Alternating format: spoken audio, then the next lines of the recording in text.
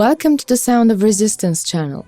The agenda in the Ukraine-Russian war is changing day by day. The Russian army has not been able to win in Ukraine for a long time.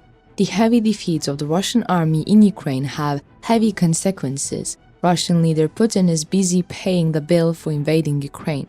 The conflicts in Ukraine continue with increasing momentum day by day. The number of soldiers the Russian army lost in Ukraine has exceeded 80,000. The reserve soldiers that Russian leader Putin included in the Russian army with mobilization were not enough to heal the deep wounds of the Russian army in Ukraine. Ukrainian warriors continue their gains in the regions occupied by the Russians in Ukraine. Russia is on the verge of an impasse with its defeats against the Ukrainian army. The Russian army is collapsing. Russia not only loses its soldiers in the attacks of the Ukrainians, the Russian army lost most of its arsenal in the attacks of the Ukrainian army. Putin's troops are short of weapons and ammunition to fight in Ukraine. Russian leader Putin cannot provide support to the Russian army from anywhere due to the sanctions imposed on Russia due to the invasion of Ukraine. Putin is in search of a solution to get out of this deadlock that Russia has entered. Russia has been in a difficult situation economically since the day it attempted to invade Ukraine. The Russian economy has faced a major contraction since February. One of the biggest factors in the contraction of the Russian economy is the declaration of mobilization announced by Russian leader Putin. Thousands of Russians left the country after Putin announced the mobilization announcement. The great immigration in Russia has put the Russian economy in a vicious circle. The Russian men who fled the country left their homes, families, and jobs. Trade in Russia came to a standstill. In addition, with the participation of Russian reserve soldiers in the army, the expenses of the Russian army increased 5 times. The expenses of the Russian reservists for shelter, food, and weapons have bent Russia's back. The Russian economy has undoubtedly received the strongest blow from the sanctions. Ukrainian allies united and told Russian President Putin that he must end the occupation in Ukraine. But Putin did not heed the warnings of his Ukrainian allies. Ukraine's allies decided to impose some sanctions on Russia after Putin's attitude towards the invasion of Ukraine. Due to the sanctions imposed on Russia by Ukraine's allies, import and export activities in Russia slowed down. The Russian economy is on the verge of collapse. The cost of Russia's military mobilization and the impact of the Western sanctions will poke a hole in the government's budget estimates and smash Moscow's reserves to their lowest level in years, according to analysts' latest calculations. There is no end to the Russian invasion of Ukraine. The Russian leader Putin, president, has been trying to finance the conflict in Ukraine for about 9 months. Election winds will begin to blow in Russia in 2024, which will put even more strain on the Kremlin's resources.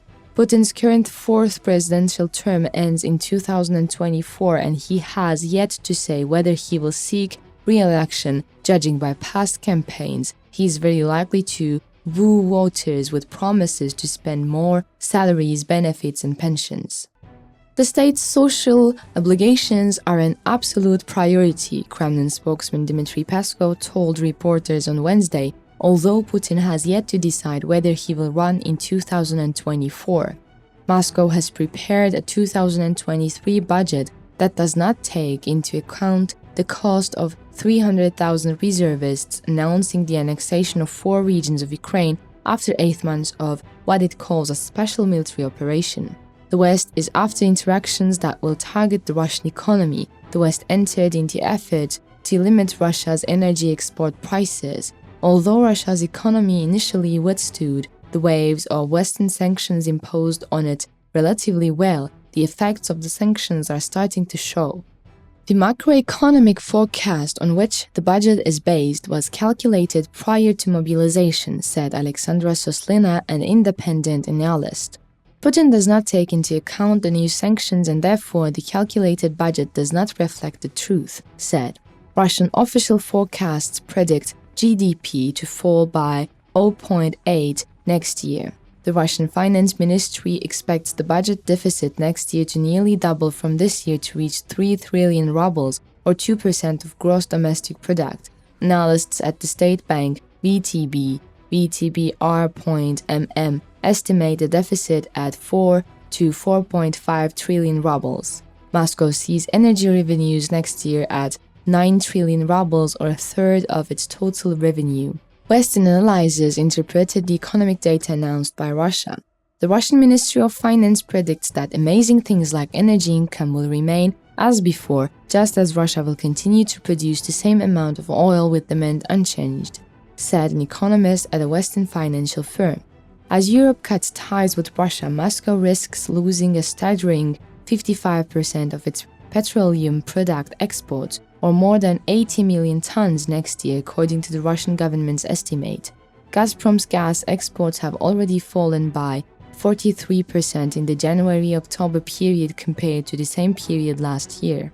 The Finance Ministry sees income related to non-energy or economic activity as 11.5% of GDP in 2023, about 7% higher than this year and equal to pre-pandemic levels. However, analysts say this is not very realistic either. Consumer demand will drop, people will buy less, cheaper, lower quality, and then non-energy income estimates will need to be revised, the Western analyst said. While Russia formally ended its partial mobilization this week, the approximately 300,000 reserve troops the Kremlin has called in for its campaign in Ukraine since September remain hurting economic activity. Russian reservists receive above-average salaries in Ukraine, and payments to mobilized ones, including compensation in case of injury or death, could be between 900 billion rubles and 3 trillion rubles to Moscow-based, Bruker said in a statement.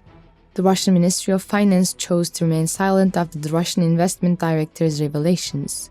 Without giving details, Russian Finance Minister Anton Silivanov told Russian lawmakers last week that budget allows us to fulfill all social obligations to Russia without harming macroeconomic stability. Analysts say that the Russian economy is on the edge of the abyss. Analysts say Russia has little choice but to close its budget deficit, as sanctions and counter-sanctions affect foreign investors' ability to invest in local ruble bonds, and the Finance Ministry has already exhausted the sources of the National Wealth Fund.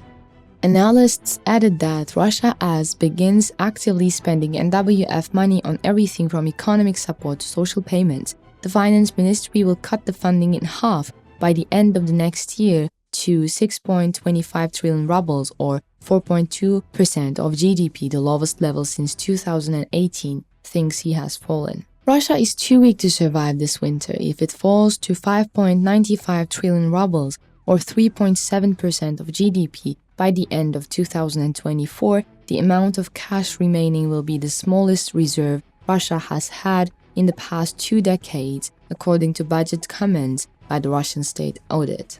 Resources to finance the budget deficit in Russia are now more scarce than ever before. The Russian leader is afraid that Putin will make another wrong decision. Analysts expressed their reservations about the Russian economy, saying they hope the Ministry of Finance will avoid printing money directly. Dark clouds continue to hover over Russia. Russia does not have many options to prevent economic collapse. The best decision for Russian leader Putin to take is to end his occupation in Ukraine as soon as possible, otherwise the dying Russian economy may die.